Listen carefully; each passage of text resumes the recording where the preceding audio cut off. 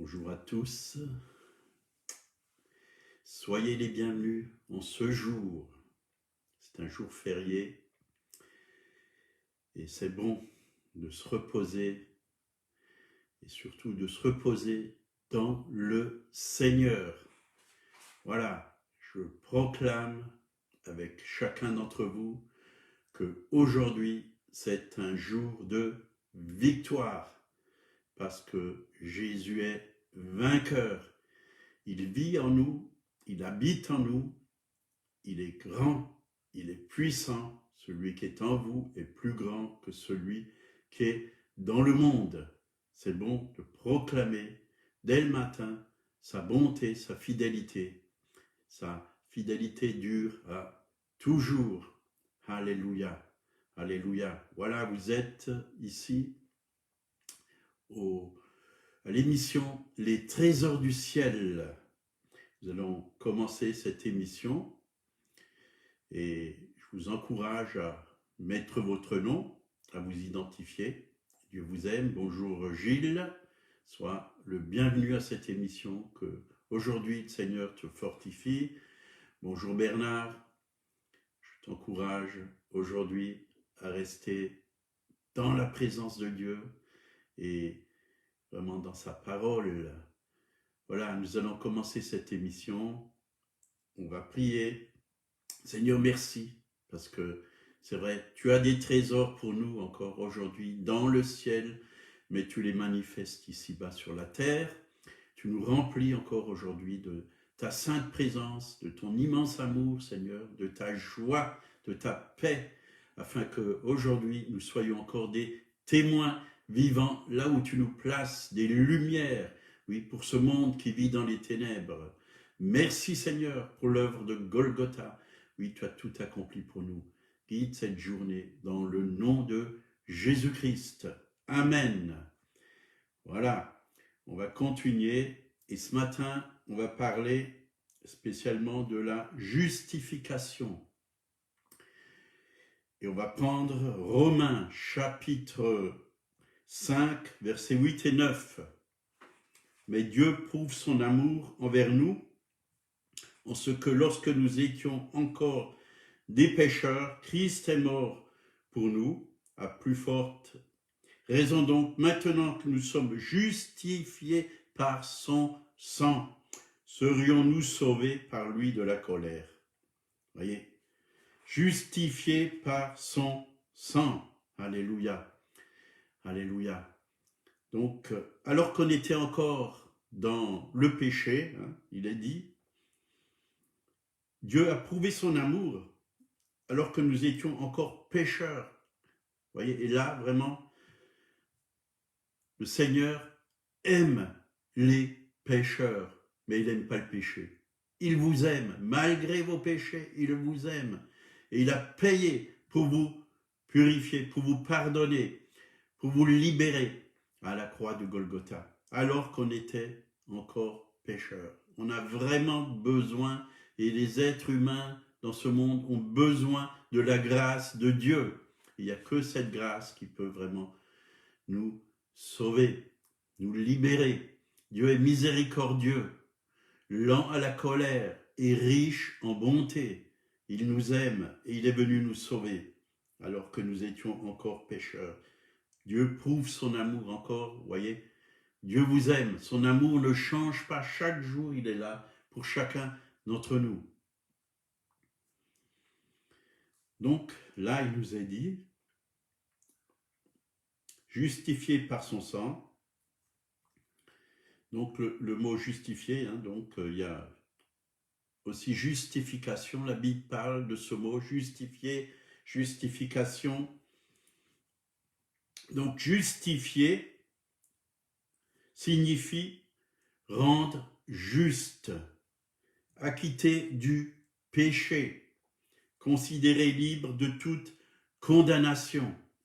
Voyez, Dieu ne nous condamne pas. Il a envoyé son Fils pour nous justifier et pour enlever la condamnation. Vous voyez, c'est comme si vous êtes au tribunal, on vous accuse, et puis il y a quelqu'un qui vous défend et la défense dit « Vous êtes acquitté, vous êtes libre, vous êtes justifié. » Dieu, c'est ce qu'il a fait au travers de son Fils Jésus-Christ. Satan ne peut plus nous condamner puisque nous avons été délivrés de toute condamnation. Il n'y a plus aucune condamnation pour ceux qui sont en Jésus-Christ. Donc, c'est comme quand Dieu efface nos péchés, c'est comme si on n'avait jamais péché. C'est-à-dire que tout est enlevé, tout est pardonné, tout est purifié. Il ne reste plus de traces du péché. Parce que le sang de Jésus est puissant. Quand il nous purifie, c'est comme un linge. Vous prenez une robe blanche, s'il y a des taches, vous la lavez, et elle ressort propre, sans tache. Et c'est ce que Dieu fait. Et Dieu, quand il pardonne, la Bible dit qu'il l'oublie. Il oublie nos péchés. Il l'oublie. Nous, peut-être on ne les oublie pas, on y repense, mais sachez qu'il a payé et qu'on a été justifié. On n'a plus rien à voir avec ça. C'est passé. Nous sommes entièrement lavés, purifiés, justifiés. Et c'est une force extraordinaire face à l'ennemi quand on sait qu'il n'y a plus aucune condamnation, qu'on est juste et que vraiment on n'a pas cette justice. Oui, ce n'est pas notre propre justice, ce n'est pas quelque chose qu'on a mérité. Mais c'est un cadeau que Dieu nous fait. La robe de justice, c'est un cadeau que Dieu nous fait. On peut la revêtir, il faut la revêtir chaque jour, la garder et marcher avec cette robe de justice, cette robe qui est propre, qui est pure, et vivre avec. C'est comme si on n'a jamais péché. C'est comme une prostituée, oui, qui a vécu vraiment dans la prostitution, dans la drogue.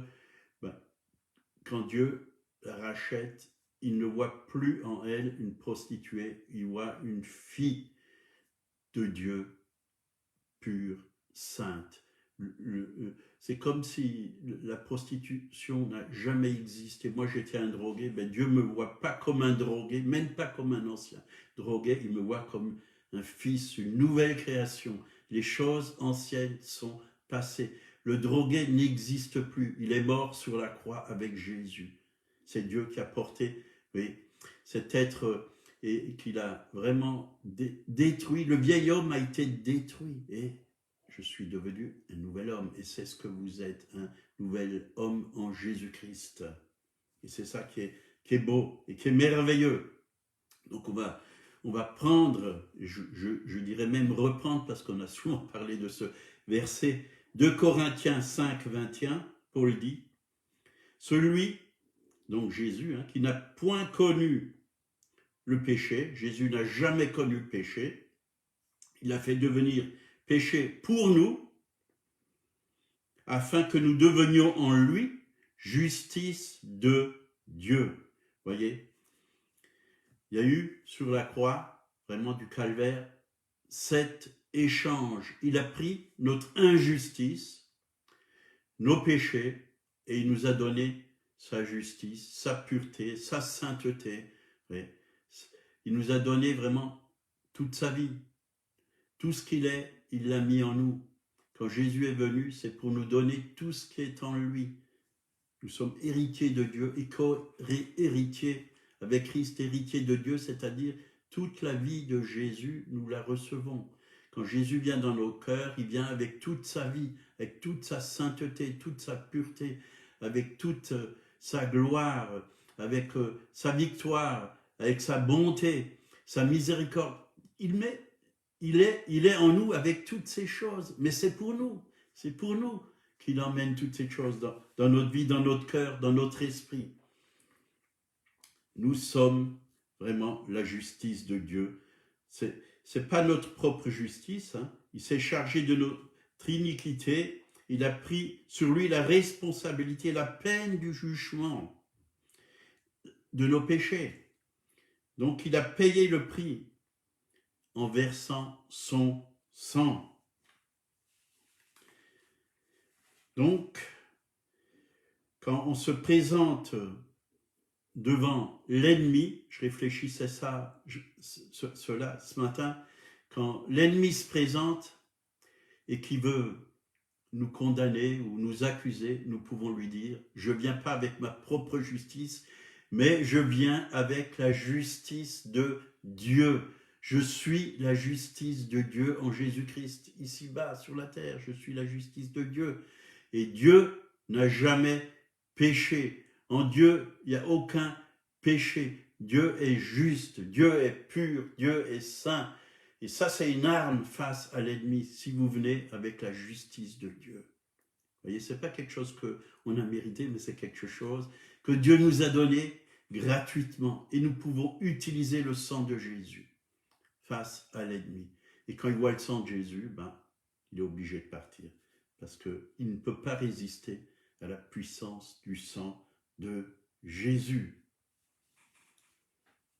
Donc, nous devons vraiment avoir foi à la justice de Dieu. Et il nous a donné cette justice. Et vraiment, toutes les accusations, toutes les condamnations qu'il veut mettre sur nous, nous pouvons les repousser. Parce que nous sommes la justice de Dieu. Il a fait de nous la justice de Dieu en Jésus-Christ. Et ça anéantit vraiment toutes ces accusations que l'ennemi aimerait mettre sur nous. Donc, aussi le Seigneur, donc, par son sang, il nous a sanctifiés. Sanctifier veut dire rendre saint, mettre à part pour son service. Il nous a sanctifiés. Donc, Hébreux 13, verset 12, dit « C'est pour cela que Jésus aussi, afin de sanctifier le peuple, par son propre sang, a souffert hors de la porte. » En d'autres termes, il a été crucifié hors de la ville pour purifier le peuple par son propre sang. Donc, les Juifs avaient vraiment compris ce que c'était être mis à part. Le peuple d'Israël était un peuple mis à part. Et on peut voir ça dans Exode, chapitre 11, versets 4 à 7. Moïse dit « Ainsi parle l'Éternel, vers le milieu de la nuit, je passerai au travers de l'Égypte, et tous les premiers-nés mourront dans le pays d'Égypte, depuis le premier-né de Pharaon, assis sur le trône, jusqu'au premier-né de la servante qui est derrière la meule, et jusqu'à tous les premiers-nés des animaux. Il y aura dans tout le pays d'Égypte de grands cris, tels qu'il n'y en a point eu et qu'il n'y en aura plus de semblables, mais parmi tous les enfants d'Israël, depuis les hommes jusqu'aux animaux, pas même un chien ne remuera sa langue, afin que vous sachiez que l'Éternel fait entre l'Égypte et Israël. Dieu fait vraiment une différence entre son peuple et les autres. Donc, Dieu a protégé son peuple. Et nous voyons comment Dieu a protégé son peuple dans l'Ancienne Alliance, quand il y avait la Pâque.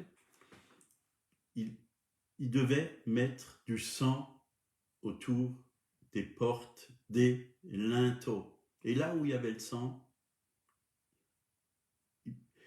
l'ennemi ne pouvait pas venir détruire. Et là où le sang de Jésus est, nous sommes rachetés par son sang. Nos cœurs ont été vraiment lavés par le sang. Et là où il y a le sang, l'ennemi ne peut pas venir. Il ne peut pas vraiment apporter la mort. Il ne peut pas emmener la destruction, comme il l'a fait avec ceux qui n'avaient pas le sang autour des portes de leur linteau.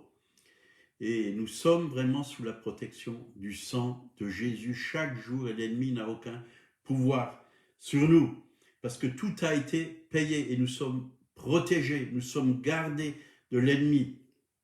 L'ennemi n'a aucun droit, il ne peut pas oui, venir, il ne peut pas rentrer.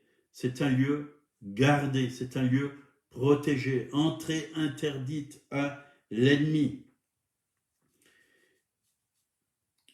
On peut prendre Hébreux 12, versets 22 à 24.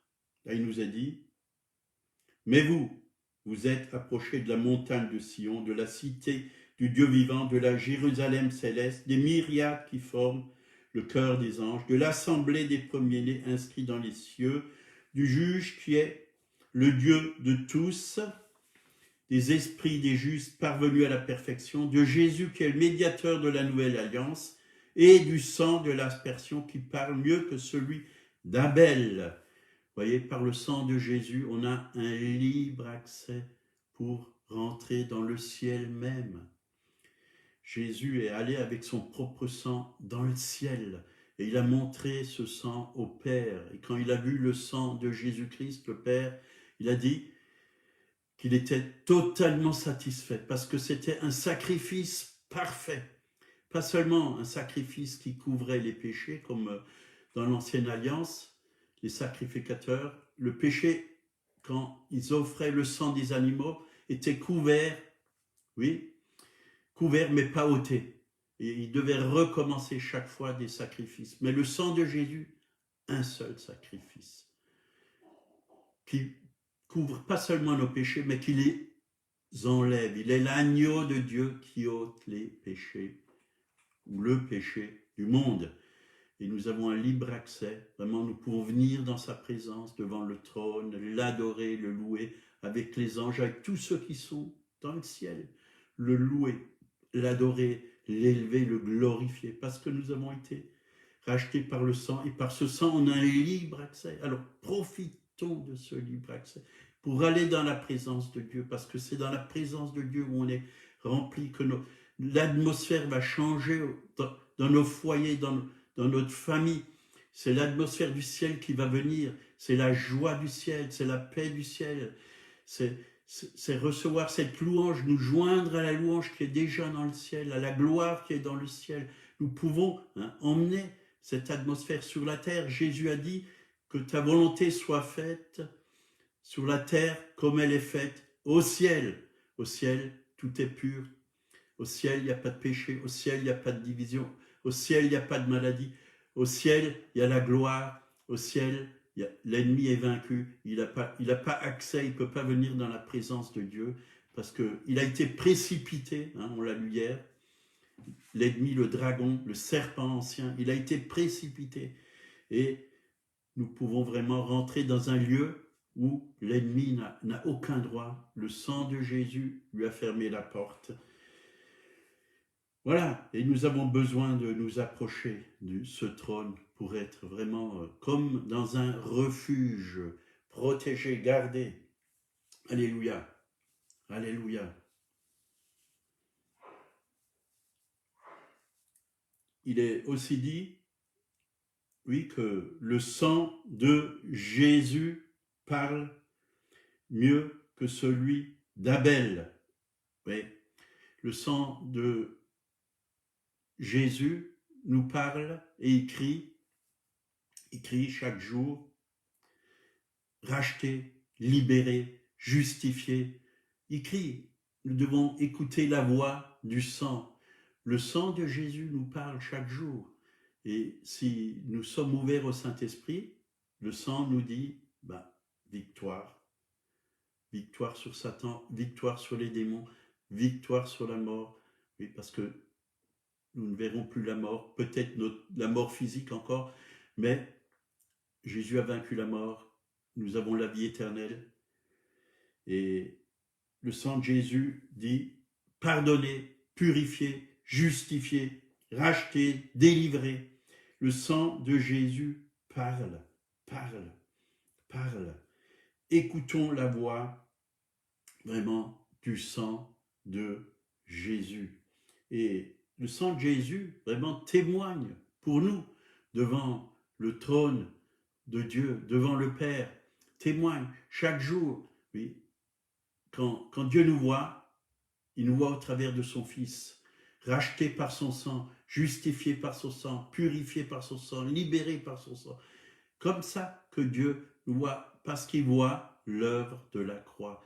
Il voit le sacrifice de Jésus. Le Père voit le sacrifice de Jésus et ce sang témoigne. Et c'est pourquoi nous pouvons être dans la présence de Dieu, jour et nuit, parce que tout a été accompli à la croix pour nous. Voilà, c'est ça, la victoire.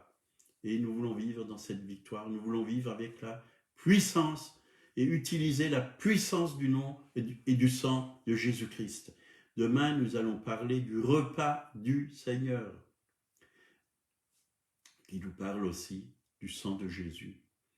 Voilà, que Dieu vous bénisse, que cette journée soit pour vous une journée vraiment victorieuse, que vous puissiez expérimenter la puissance de Dieu en ce jour, que vous puissiez vivre vraiment dans sa sainteté et dans sa joie, dans sa paix, et que vous soyez vraiment des témoins vivants là où Dieu vous place, des lumières dans ce monde de ténèbres.